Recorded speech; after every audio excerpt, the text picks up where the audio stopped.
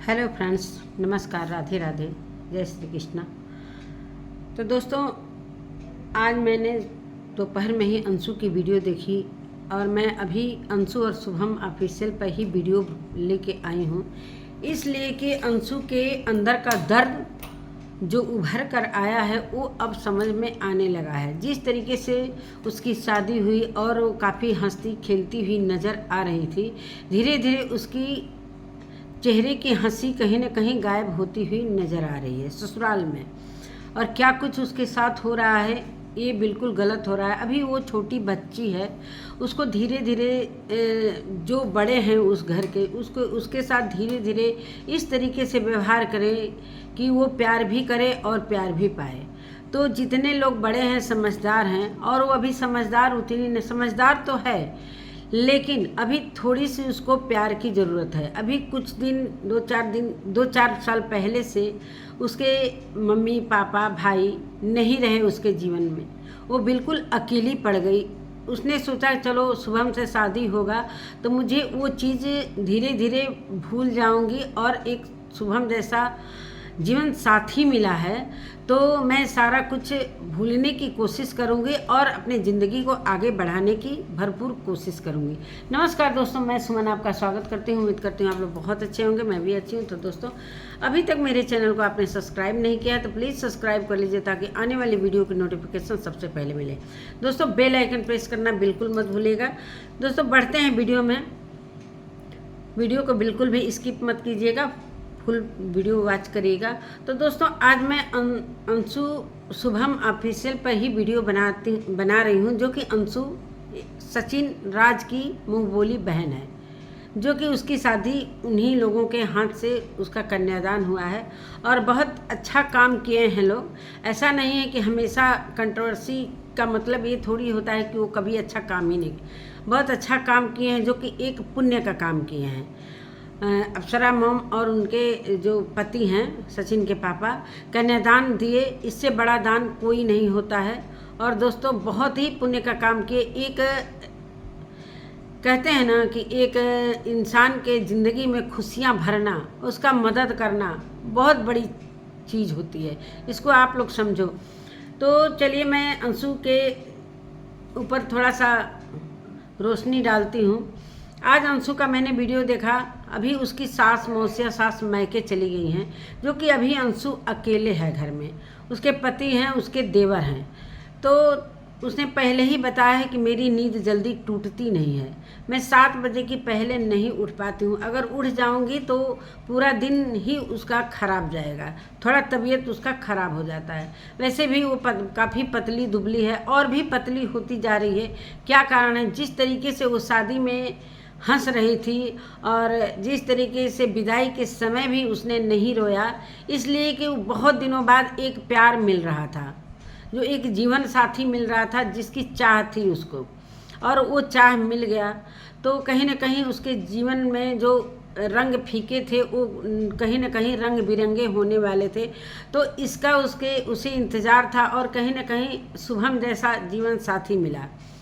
और उसको नहीं पता था कि शुभम के घर में कुछ ऐसा होने वाला है, जो कि अभी पिछले दिनों जब अंशु के साथ जो भी हुआ, बहुत सारे वीडियो बने, चाहे मैंने भी देखे। मैंने सोचा था कि अंशु इस तरीके से क्यों बोलती है, मुंह फट है, चाहे कुछ भी बोल देती है किसी के सामने। तो उसकी दोस्तों उसका दोष नहीं है, उसके अंदर बचपना है। जो अभी उसकी माँ रहती 2-3 साल पहले, अगर शादी करती तो बहुत कुछ सिखाती और किस तरीके से ससुराल में रहना है, ये सारा कुछ उसको बताती। लेकिन अभी उसके पास माँ नहीं है। मानते हैं कि सचिन की मम्मी ने शादी किया, लेकिन उनके पास वो रही नहीं है। बहुत कम दिनों के लिए, जैसे कि शादी के 2-4 दिन पहले ही आई होगी, हमारा जहाँ तक उम्मीद है। तो इतने दिनों में सचिन की मम्मी क्या कुछ सिखा देंगी भाई। उसका पहले ही से, वो भी नौकरी करती थी ब्लॉक में काम। मैंने उसका अमित किट्टू के घर गई थी तो जो इंटरव्यू लिए थे अमित, उसमें मैंने उसका इंटरव्यू सुना था। वो सारी कहानी अपना, जैसे जो स्टॉक पर लोग कहते हैं उस तरीके से सारी कहानी उसने रखा। मैंने पूरी कहानी उसकी सुनी हुई है कि उसकी ज़िंदगी में क्या क्या घटनाएं घटी, किस तरीके से वो लड़की अपने को संभाली हुई है। बस उसकी कहानी सुनने के बाद सभी को पता चल जाएगा। वो अमित पॉडकास्ट है कि क्या है, ऐसे कुछ चैनल है उनका। तो उस पर उसकी कहानी है, वो सारा कुछ वहाँ पर सच्चाई ही बोलना है। तो सारा कुछ सच्चाई रखी है कि उसके मन में क्या क्या बातें चल रही हैं, क्या करना चाहती है, वो आगे अपने पढ़ाई को जारी रखना चाहती है, वो एक लायर बनना चाहती है दोस्तों।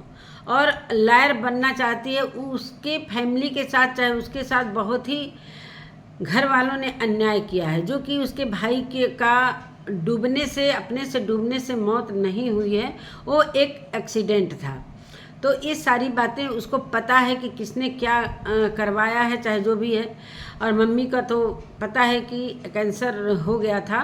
तो इस तरीके से मम्मी कोरोना में ही गए, लेकिन कैंसर उनको हुआ था। पापा भी कोरोना में चले गए। तो उसके पास कुछ भी ऐसा कोई प्यार करने वाला नहीं था। और आजकल के ज़माने में एक अकेली लड़की को किस तरीके से अपने ज़िंदगी को आगे लेकर बढ़ना है, कुछ लोग अगर सही भी है तो कुछ लोग गलत उंगली उठाने के लिए हमेशा तैयार रहते हैं। अगर उसने बोला अपनी वीडियो में, आज की वीडियो में उसके अंदर का दर्द दिखा। मैंने ध्यान से सुना उसकी वीडियो। जब वो भिंडी की सब्ज़ी काट रही थी तो बहुत सारी अपनी बातें वो कह डाली। उतने देर में वो अपने पूरे ज़िंदगी की कुछ कहानी शेयर कर दी, जो कि समझने वाला समझ गया कि उसके अंदर क्या चल रहा है। दोस्तों, उससे प्यार की बहुत ज़रूरत है, जो माँ बाप से कुछ दिन पहले ही छिन गया है। और एक भाई थे, भाई के सहारे वो आगे अपनी ज़िंदगी ले जाना चाहती थी कि चलो भाई, माँ बाप नहीं है तो कम से कम एक मेरा भाई है। तो भाई को भी वो अपने पिता के रूप में देखती थी, और भाई भी इसको एक माँ के रूप में देखता। दोनों भाई बहन साथ रहने लगे, लेकिन भगवान को वो भी मंजूर नहीं था। बहुत दुख भरी कहानी है अंशु की, और बहुत ही दुख से वो उभरी हुई है। और एक शुभम जैसा साथी मिला तो उसने सोचा कि चलो मेरा एक जीवन साथी मिल रहा है, बहुत अच्छा सा। खैर शुभम बहुत ही नेचर का अच्छा है, कभी उसके साथ रूडली नहीं व्यवहार करता है, हमेशा उससे प्यार से ही बात करता है।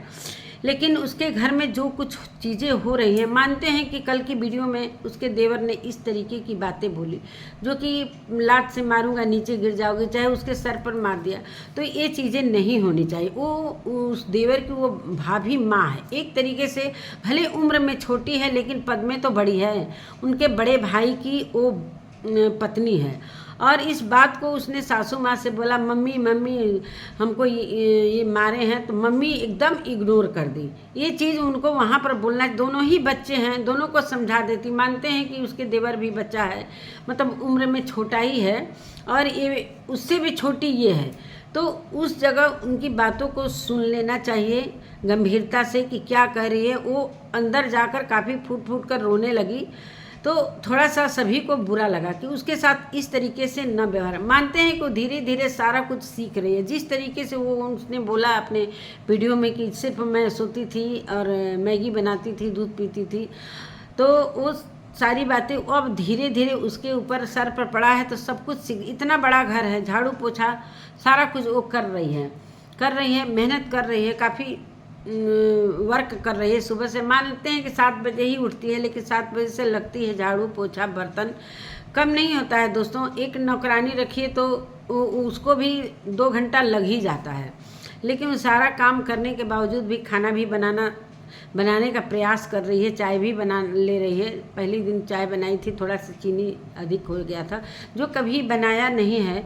तो उस तरीके से थोड़ा सा उसको सीखना पड़ेगा। जो साथ में है उसको सिखाना चाहिए प्यार से। वो धीरे धीरे सारा कुछ, अगर प्यार से कोई सिखाएगा तो वो धीरे धीरे सारा कुछ सीख जाएगी, और वो सभी को प्यार भी देगी। ऐसा नहीं है कि इस तरीके से बोलती है, सभी लोग कहते हैं बहुत मुँहफट है। उसका नेचर ही इस तरीके से है। जिस तरीके से वो बड़बड़ बोलती है, लेकिन दिल में कुछ ऐसा नहीं रखती है। देवर से भी वो मजाक के रूप में ही वो वीडियो ले लेती है, बाकी कुछ ऐसा देवर से उसका कोई पर्सनली वो नहीं है झगड़ा। वो उसका बचपना है, जो बच्चों जैसा उसके साथ व्यवहार कर लेती है। और उन लोगों को ये है कि एक भारतीय बहू जैसा ये क्यों नहीं रखती, इसलिए कि वो जो जिस एरिया से बिलोंग करते हैं लोग, वहाँ पर थोड़ा सा बहू को बहू की तरह रखना चाहते हैं लोग। लेकिन ये इस तरीके से नहीं रह पाती है, लेकिन उस चीज़ को उन लोगों को धीरे धीरे सिखाना। मानते हैं कि बहुत अच्छे हैं लोग, बहुत अच्छे हैं लोग, ऐसा नहीं है कि सासू माँ भी अच्छे हैं, कभी उनका मतलब रूडली व्यवहार मैंने अभी वीडियो में नहीं देखा है। लेकिन अंशु ने बताया है कि जो ऑफ कैमरा होता है मैं उस चीज़ को नहीं दिखाती हूँ, लेकिन मैं अब सभी की सच्चाई धीरे धीरे सामने लाऊंगी कि मुझे अगर प्यार, मैं अपना फ़र्ज निभाने के लिए बिल्कुल तैयार हूँ। जितना हमसे हो सकेगा मैं इस फैमिली के लिए करूँगी, काम भी करूँगी, सारा कुछ करूँगी। लेकिन अगर मुझे कोई प्यार नहीं करेगा तो मैं क्लियर बोल दे रही हूँ कि मुझे अगर कोई नहीं प्यार करेगा तो मैं भी नहीं प्यार करूँगी। नहीं अंशु, ऐसी बात नहीं है। अगर तुम्हें प्यार नहीं कोई कर रहा है तो तुम प्यार करो ज़बरदस्ती, और प्यार से उनके दिलों को तुमको जीतना होगा। इसलिए कि शुभम की फैमिली है तो शुभम से मानते हैं कि तुम प्यार करती हो, तुम्हारे पति हैं, तुम्हारे हस्बैंड हैं, तो उनकी फैमिली को तुम्हें इज्जत करना होगा। चाहे जाने तो उनके मन में जो भी कुछ चल रही हैं वो तुम्हें इग्नोर करना पड़ेगा, और उनके प्यार को किस तरीके से जीतना है तुम कर लोगी। मुझे उम्मीद है कि तुम बहुत अच्छे से ये सारी चीज़ें कर लोगी। और इस तरीके से ना बोलो कि चलो मेरा पति है तो मैं किसी से भी लड़ लूँगी, जब दुनिया से लड़ सकती हूँ तो मैं किसी से भी लड़ लूँगी।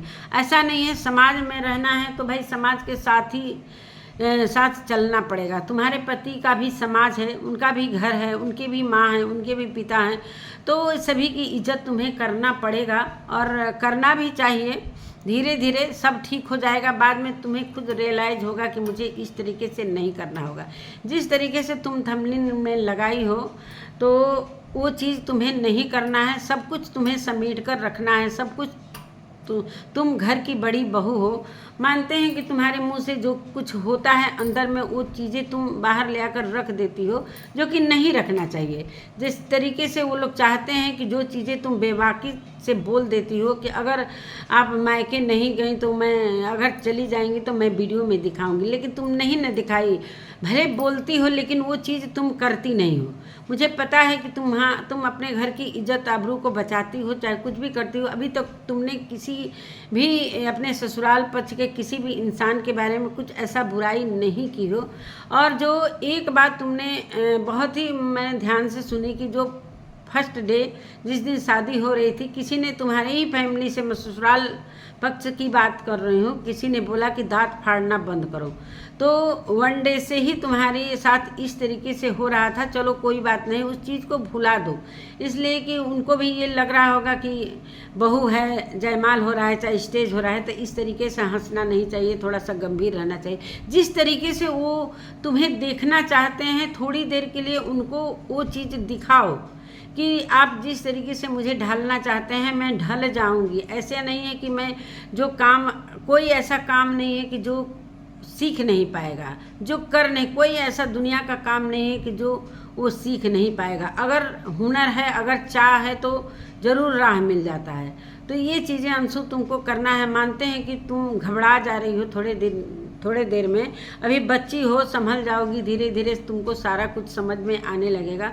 और तुम्हारी ही फैमिली है, तुम बड़ी हो, घर की बहू, तो तुम्हें समझना होगा, शुभम की लाज को रखना होगा। मानते हैं कि थोड़ी देर के लिए तुम एकदम से वो करने लगती हो कि मैं जो मुझे प्यार करेगा उससे करूँगी, जो मुझे नफ़रत करेगा मैं उससे नफ़रत करूँगी।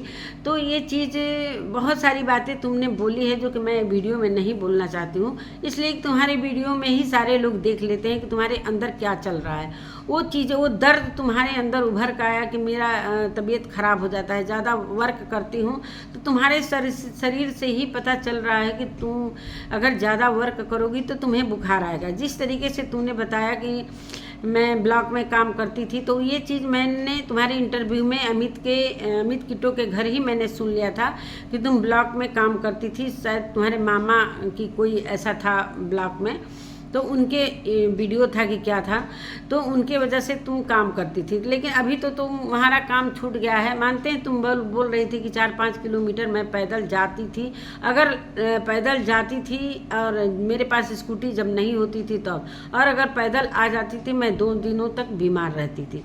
तो तुम्हारा शरीर ही बता रहा है कमज़ोर हो, तो तुम उतना ही करो जितना तुम्हारे अंदर क्षमता है। अगर क्षमता से अधिक करोगी तो शरीर है, इस शरीर को अगर क्षमता से अधिक कोई भी मशीन हो चाहे कुछ भी हो, तो अगर उसको आवश्यकता से ज़्यादा चलाएगा आदमी तो वो मशीन खराब हो जाएगी। यही हाल शरीर का भी है कि जो अगर शरीर पर ज़्यादा ओवर काम लोड पड़ जाता है तो वो कहीं ना कहीं बीमार पड़ जाता है। तो उतना ही करो जितना तुम्हें समझ में आ रहा है। ज़्यादा दिखावा करोगी, ज़्यादा काम करने की कोशिश करोगी तो वो तुम्हारे शरीर को और बीमार डालेगा। तो इस तरीके से तुम मानते हैं कि एक दिन तुम झाड़ू कर ले रही हो, दूसरे दिन पोछा कर लिया करो। एक ही दिन सारा काम झाड़ू पोछा बर्तन कपड़ा धोना सारा कुछ करोगी तो तुम्हारा शरीर उतना गवाही नहीं देगा। मानते हैं कि तुम कष्ट में हो और तुम्हारी जो हंसी थी वो कहीं ना कहीं अब ख़त्म होती नज़र आ रही है, इसलिए कि जो असलियत है वो सारी चीज़ें तुम फेस कर रही हो। अभी जो तुम फेस कर रही हो तुम्हारे समझ में धीरे धीरे आ रहा है। उस दिन से ही तुम्हें समझ में आने लगा जिस दिन से तुम खाना छुई थी। जिस दिन पहला दिन जब दाल पूड़ी बनाना था उसी दिन तुम बहुत रोई थी। उस दिन से ही तुम्हें पता चल गया था कि ससुराल में मायका और ससुराल में कितना अंतर होता है। ससुराल सभी को पता है कि ससुराल में थोड़ा सा लोगों को थोड़ा सा सभी के सामने अपने को मायके जैसा नहीं दिखाना पड़ता है। मानते हैं फिर भी तुम्हारी सास ससुर बहुत अच्छे हैं। जिस तरीके से तुम शुरुआत में कर रही थी, काफ़ी हंस रहे थे लोग, काफ़ी मतलब प्यार कर रहे थे लोग, तो उस चीज़ को तुम अगर आगे भी ले चलोगी, अगर हंसोगी बोलोगी काम भी करोगी, नहीं मन कर रहा है तो सासू माँ से प्यार से बोल सकती हो कि नहीं मम्मी मैं आज ये काम नहीं करूँगी। तो कोई ज़रूरी नहीं है कि काम से ही प्यार है। मानते हैं कि सभी को काम चाहिए लेकिन शरीर के हिसाब से ही काम करेगा। तो तुम दुखी मत हो, धीरे धीरे सारी चीज़ें ठीक हो जाएगी। बहुत सारे तुम्हारे में मैंने कमेंट देखे, एक कमेंट सबसे ऊपर ही है जो कि उस कमेंट में ठीक नहीं हमको लगा। जिस तरीके से लिखा गया है कि इस तरीके से अंशु ससुराल वालों के साथ नहीं रह पाएगी। क्यों नहीं रह पाएगी? कोई ऐसा चीज़ नहीं है कि वो कर नहीं लेगी, लेकिन धीरे धीरे अपने शरीर के हिसाब से तुम काम लो। बाकी ज़्यादा करोगी तो तुम पड़ जाओगी, तो फिर 2 दिन ब्रेक लग जाएगा। उतना ही करो जितना तुमसे आता है और धीरे धीरे अब दाल चावल भी बना ले रही हो, चाय भी बना ले। और एक वीडियो में तुमने ये भी बोला कि जो कल का वीडियो डाली थी देवर के बारे में जो तुमने शिकायत की थी, बहुत सारे वीडियो बने, तो आज तुम्हारे देवर ने चाय नहीं पिया, कहीं बाहर से पीकर आए। जो तुमने दिखाया कि था कि 2 कप में चाय दिख रहा है तो हम और हमारे पति पिए हैं और सरकार को दी हूँ। तुम अपने देवर को सरकार बोलती हो, सरकार को दी हूँ तो वो नहीं पिए हैं, कह रहे हैं कि मैं बाहर से पी। कोई बात नहीं है, धीरे धीरे वो भी ठीक हो जाएंगे। तो ये सारी चीज़ें तुम अपने अंदर समेट कर रखो और बर्दाश्त करो। कुछ दिन का बात है, सभी लोग ठीक हो जाएंगे। थोड़ा शादी नया नया होता है तो इस तरीके से सभी के साथ होता है और सभी लड़कियां घबरा जाती हैं। सभी के साथ ऐसा होता है, ऐसा नहीं है। इसलिए कि जो मायके में फ्री होकर रहती हैं लड़कियां, थोड़ा सा ससुराल में बंधन होता है तो घबरा जाती हैं। और तुम थोड़ा ज़्यादा घबराओ मत, धीरे धीरे सब ठीक हो जाएगा और अपने घर को संभाल भी लोगी और सब कुछ कर लोगी। तुम्हें सारे लोग प्यार भी करेंगे और ज़्यादा बोलो मत उन लोगों के सामने, धीरे धीरे ही बोलो, गंभीर रहो, सब लोग ठीक हो जाएंगे। तो दोस्तों मैं अपने वीडियो का एंड यहीं पर करती हूँ। जो भी कहना है मैं अंशु से ही ये सारी बातें समझाई हूँ। तो मिलती हूँ एक नए वीडियो से। अगर मेरी वीडियो अच्छी लगती है तो प्लीज़ कमेंट में ज़रूर अपनी राय दीजिएगा और मिलती हूँ एक नए वीडियो के साथ। तब तक के लिए नमस्कार।